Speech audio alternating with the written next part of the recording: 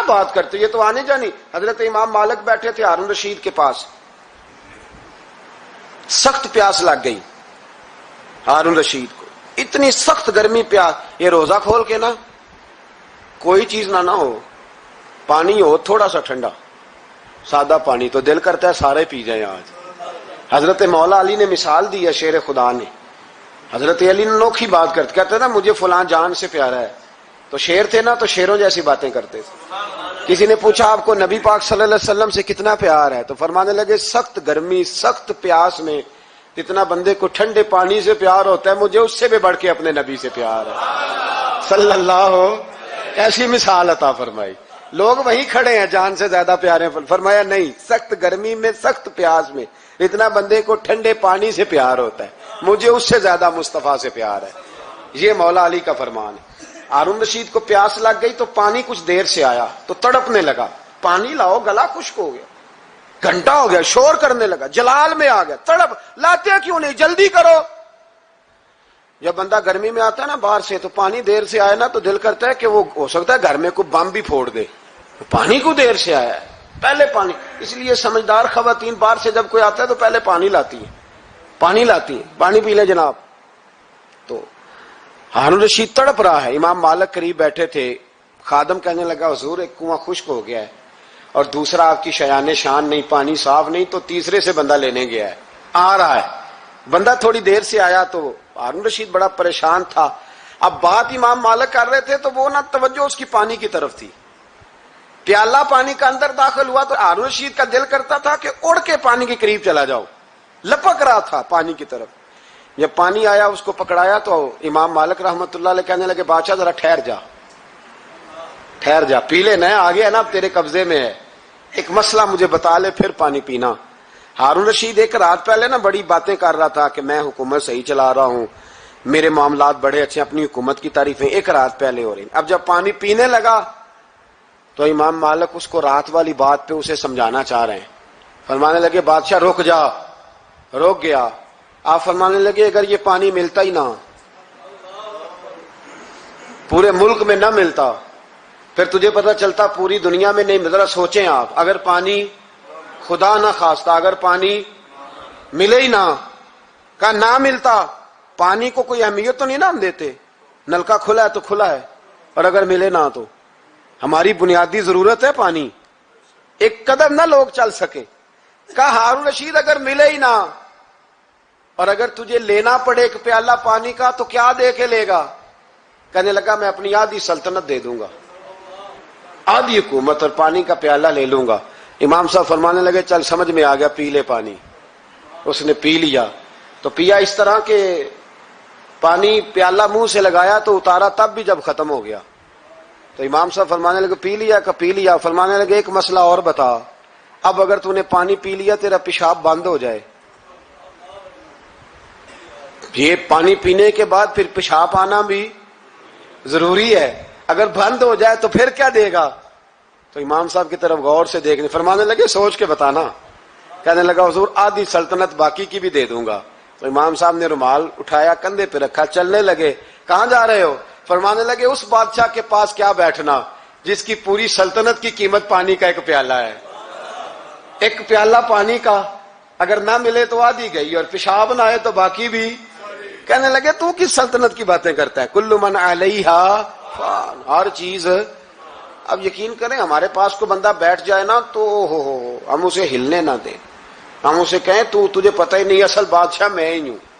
میں تو کچھ ایسے لوگوں کی باتیں بھی سنتا ہوں، مجھے لگتا ہے امریکہ میں بھی حکومت یہی بنواتے ہیں، اتنی زبردست گفتگو کرتے ہیں، اتنا اعلیٰ تجزیہ نکالتے ہیں کہ مجھے لگتا ہے سارے ملکوں کے بادشاہ ان سے مشورہ کرتے ہیں۔ اس قدر زیادہ ہم نے اپنے آپ کو تن کے بڑا کر لیا ہے۔ کنٹرول میں رہیں، کنٹرول میں۔ ہلاکو خان نے بڑے لوگ مروائے تھے، بڑے، بغداد میں 20 لاکھ آدمی قتل کروایا اس نے، 20,000 نہیں میں نے کہا، ذمہ داری سے حوالہ دو، کتنے لوگ بولیے؟ 16 لاکھ آدمی اس نے تلوار سے مروایا۔ لوگوں نے نا زیر زمین تہ خانے کھودنے شروع کر دیے، 4 لاکھ آدمی تہ خانوں میں چھپ گیا اور چن چن کے مسلمان مارتا تھا۔ جب ہلاکو کو کسی نے بتایا نا 4 لاکھ بندے چھپ گئے، اس نے نہروں کے بند توڑوا دیے، دریاؤں کے بند توڑوا دیے، پانی زیر زمین چلا گیا، 4 لاکھ آدمی ڈوب کے مر گیا، 20 لاکھ آدمی مروایا۔ ایک دن ایک علاقے میں گھوم رہا تھا، لیمبو کھانے کا بڑا شوقین تھا، بازار میں گیا تو ایک لیمبو خریدا۔ اس نے دیکھا کہ بازار میں بوڑھے بچے جوان خریداری کر رہے ہیں، تو کہنے لگا ابھی بھی اتنے مسلمان زندہ ہیں، بناؤ ان کی لائنیں، قتل کرنا ہے۔ 3 لائنیں بن گئی، ایک بوڑھا آدمی بھی لائن میں آ گیا، لیمبو کھا رہا ہے، اس کو ہلکا ہلکا چوستا ہے، گھوڑے پہ بیٹھا ہے، قتل کرا رہا ہے لوگوں کو۔ ایک بابا جی پہلی صف میں تھے، جب پہلی صف قتل ہونے لگی، بابا جی پچھلی صف میں دوڑ کے ہو گئے۔ ہلاکو خان ہنس رہا ہے اس کو دیکھ کے، معاذ اللہ، جب بندہ ہوتا ہے نا کسی منصب پہ پھر وہ مذاق اڑاتا ہے دوسروں کا۔ بابا دوسری صف میں آیا تو ہلاکو خان نے وہ بھی قتل کرائی، تو بابا دوڑ کے تیسری صف میں، آخری صف کے کونے پہ جب بابا کھڑا ہو گیا نا تو سارے بندے مر گئے۔ بابے کو قتل کرنے لگا جلاد، ہلاکو کہنے لگا ٹھہر جا، کہنے لگا بابا تو تیسری صف میں آیا تھا، تیرا کیا خیال تھا بچ جائے گا؟ بابا کہنے لگا خیال نہیں، میرا یقین ہے کہ میں بچ جاؤں گا، میرا شرط یہ ہے کہ یقین ہو اندر، شرط یہ ہے کہ ہنس کے کہنے لگا ہلاکو خان کیسے؟ تو بابا کہنے لگا اگر اللہ چاہے تو بچ سکتا ہوں، اگر اللہ چاہے تو میں۔ بہت سارے لوگ ہیں ڈاکٹر لکھ کے دے دیتے ہیں نہیں بچے گا، وہ بچ جاتا ہے کیونکہ بچانے والا اللہ ہے، کہا اللہ چاہے تو بچ جاؤں گا۔ تو ہلاکو کہنے لگا کیسے؟ جب ایسے کیا نا، کیسے ایسے کیا نا، تو لیمبو ہاتھ سے گر گیا۔ وہ بچے پلیئر نہیں ہوتے، وہ گیند گنتی ہے تو چھلانگ لگا کے پکڑ لیتے، تو بڑا گھوڑ سوار تھا، نیزہ باز تھا، چھلانگ لگائی لیمبو کیش کرنے کے لیے۔ کیسے؟ تو کیسے بچے؟ یوں ہاتھ گھمایا، لیمبو گرا تو چھلانگ لگائی، نیچے جھکا، جب نیچے جھکا نا تو گر گیا گھوڑے سے، جو پیر تھا وہ گھوڑے کی رکاب میں الجھ گیا، گھوڑا ڈر کے دوڑ گیا۔ جب گھوڑا دوڑا تو زمین پر زور زور سے سر لگنے لگا، سپاہیوں کہتا دوڑو اس کو پکڑو، سپاہی بھی دوڑے پر گھوڑا قابو نہ آیا۔ گھوڑا اس وقت رکا جب نہ اس کا چہرہ پہچانا جاتا تھا، نہ آنکھیں سلامت تھی، نہ ناک سلامت تھی، اس کی کھوپڑی ساری اس طرح چور چور ہو گئی جیسے کسی نے ہتھوڑے کے ساتھ پیسی ہو۔ ہلاکو کی لاش سے خون بہ رہا تھا، بابا ہنس رہا تھا۔ ایک سپاہی کہنے لگا بابا تو کیوں؟ کہنے لگے میں اپنے رب کی قدرتوں پہ مسکرا رہا ہوں۔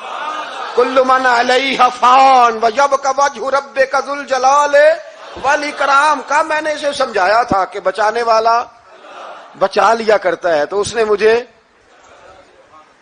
سکندر اعظم نے 32 سال کی عمر میں آدھی دنیا فتح کر لی تھی، تو لوگ پتہ کیا کہتے تھے؟ یہ وہ بندہ ہے جس کو تاریخ نے گریٹ کا لقب دیا ہے۔ لکی نہیں کہتے، ہم کہتے بڑا لکی ہے بھائی۔ لوگ کہتے تھے یہ مقناطیسی آدمی ہے، کبھی ناکام ہوا ہی نہیں۔ سکندر اعظم کبھی ناکام نہیں ہوا، جس علاقے، اور عمر کتنی بھائی، اتنی کم عمری میں اتنی دلیری، آدھی دنیا فتح کر لی۔ ملتان سے گزر رہا تھا تو اسے ایک تیر لگا، کچھ لوگ کہتے ہیں یہاں جیلم کے پاس لگا تھا، ایک تیر لگا اسے۔ اس نے کہا بندہ تلاش کرو، کسی کی اتنی جرت کہ سکندر اعظم کو تیر مارا ہے، تلاش کرو۔ جب ڈھونڈنے لگے تو بندہ نہ ملا، تو سکندر نے حکم دیا کہ جس کی آنکھ چمکتی ہے اسے قتل کر دو۔ مرد بھی مارے، بچے بھی مارے، بوڑھے بھی مارے۔ تو لا کے لوگ کہنے لگے انسان کوئی نہیں بچا۔ کہنے لگا میں نے تمہیں کہا تھا جس کی آنکھ چمکتی ہے قتل کرو، بلیاں بھی قتل کرو، ہو سکتا ہے کسی بلی نے منہ میں رکھ کے پھینکا ہو، کتے بھی مار دو، کبوتر بھی مار دو، ہر چمکتی والی آنکھ اس نے بند کر دی۔ یونان کے قریب ایک بستی کا رہنے والا سکندر عراق کے شہر بابل میں تھا، ملیریا بخار ہوا، کیا کہتے ہیں ہم، چند ٹکیوں کی مار ہے، دوائی کھا لو ٹھیک ہو جائے گا۔ ملیریا بخار ہوا، 32 سال، کچھ لوگوں نے کہا نہیں 2 مہینے کم، 33 سال عمر ہو چکی تھی۔ تو سکندر اعظم زمین پہ بیٹھا ہے، ایڑیاں رگڑ رہا ہے، موت کا جھٹکا لگا، موت کا، ہوئے نامور بے نشاں کیسے کیسے، زمین کھا گئی، نوجوان کیسے کیسے، جگہ جی لگانے کی دنیا نہیں ہے، یہ عبرت کی جا ہے، کوئی تماشا نہیں ہے۔ ایڑیاں رگڑ رہا ہے، 2 ہفتے کا سفر رہ گیا تھا گھر پہنچنے کا، تو سکندر ایک صوبے کا، ایک ملک کا، ایک چھوٹے سے علاقے کا سربراہ نہیں، سکندر آدھی دنیا فتح کرنے والا پلیٹ میں رکھ کے کسی نے حکومت نہیں دی، خود محنت کر کے فتح کی. لیکن سکندر ایڑیاں رگڑتا ہے، زور زور سے زمین پہ مارتا ہے اور کہتا ہے کوئی ہے جو مجھ سے میری ساری سلطنت لے لے اور مجھے صرف 2 ہفتے کی زندگی لے دے. میں پردیس میں نہیں مرنا چاہتا، گھر مرنا چاہتا ہوں. کوئی مجھے 2 ہفتے کی زندگی، 2 ہفتے کی، کوئی 2 ہفتے. مٹی دیں تو مٹی رہنا ایویں کا دی بلے بلے. اج مٹی دے اتے بندے آتے، کل مٹی دے تھلے کا کوئی مجھے مہلت لے دے. لیکن رب کا قانون ہے، جب وقت آ جاتا ہے پھر مہلت. میرے بھائی اپنی زندگی نا عاجزی میں جھوک کے، سادگی میں، کونے میں. دنیا کے پروٹوکول ختم ہوں گے. اصل پروٹوکول وہ ہے جو اللہ قیامت کے دن عطا فرمائے گا. میرے نبی پاک نے فرمایا امیر جو ہوں گے، امیر وہ چونٹیوں کی شکل میں ہوں گے اور غریب اپنے پیروں کے نیچے انہیں مسل کے چلے جائیں. یہ وہ والے امیر جو تکبر کرتے تھے، ورنہ تو امیر حضرت عثمان غنی بھی ہیں، حضرت عبد الرحمن ابن عوف بھی ہیں، حضرت سلیمان علیہ السلام بھی. جو امیر تکبر کرے، اکڑ جائے، اگر امیر ہو عاجزی اختیار کرے تو پھر تو اللہ اسے جنت بھی عطا فرماتا ہے. تو میرے بھائی اپنے آپ کو سمیٹیں. ہم جانے کے لیے جن کی عمریں میری طرح 40 سال کی طرف سفر کر رہی ہیں نا، وہ آدھی زندگی جی چکے ہیں، باقی آدھی پتہ نہیں ہے. لوگ اتنا لمبا یاد نہیں رکھتے. حضرت مولا علی قبرستان گئے تو قبر والوں سے کہنے لگے قبر والوں تمہارا کیا حال ہے؟ تو ایک مردہ قبر کے اندر سے بول کے کہنے لگا علی کفن پھٹ گیا ہے، ہڈیاں چور چور ہیں، مال تو پتہ نہیں کہاں رہ گیا پر حساب دینا پڑ رہا ہے. آپ بتائیے پیچھے ہمارے گھر والوں کا کیا حال ہے؟ تو حضرت علی فرمانے لگے جہاں تم بیٹھتے تھے وہاں کوئی اور بیٹھنے لگ گیا ہے. تمہاری بیویوں نے نئے نکاح کر لیے، تمہارے دوستوں نے نئے دوست بنا لیے، اب تو لوگ تمہیں یاد بھی نہیں کرتے، اب تو تمہارا ذکر ہی کوئی نہیں کرتا، اب تو ختم ہو گیا، تمہارا تذکرہ بھی کوئی نہیں. تذکرہ اسی کا رہے گا جس نے رب کو یاد کیا اور پھر رب نے اس کا چرچا کیا، اس کا تذکرہ رہے. اپنے آپ کو ایک موقع پر بھی کبھی متکبر نہ ہونے دے. عاجزی حسن ہے زندگی کا. خزانہ آئے تو قارون نہ بنے، محل بنائیں تو شداد نہ بنے. اگر اللہ تعالیٰ دولت دے تو کبھی بھی اپنے آپ کو نمرود اور فرعون نہ بننے دے. اقتدار ملے تو کبھی بھی اپنے آپ کو ہلاکو خاں اور چنگیز خاں نہ بناؤ. اور اگر نمازی بنو تو وہ والے نمازی بنو جو نمازی بھی ہوتا ہے. حضرت عمر فاروق کو کسی نے عید والے دن دیکھا تو عمر رو رہے تھے، چھوٹی عید والے دن. ہمارے ہاں تو لوگوں نے ڈیک تیار کر کے رکھ لیے ہیں، تیاری ہو گئی ہے. چاند رات کو جو نیکیاں کمائی ہیں وہ ساری شیطان کے حوالے کریں گے معاذ اللہ، الا ماشاء اللہ. اس کو کہیں گے لے جا، ہم نے کمائی ہیں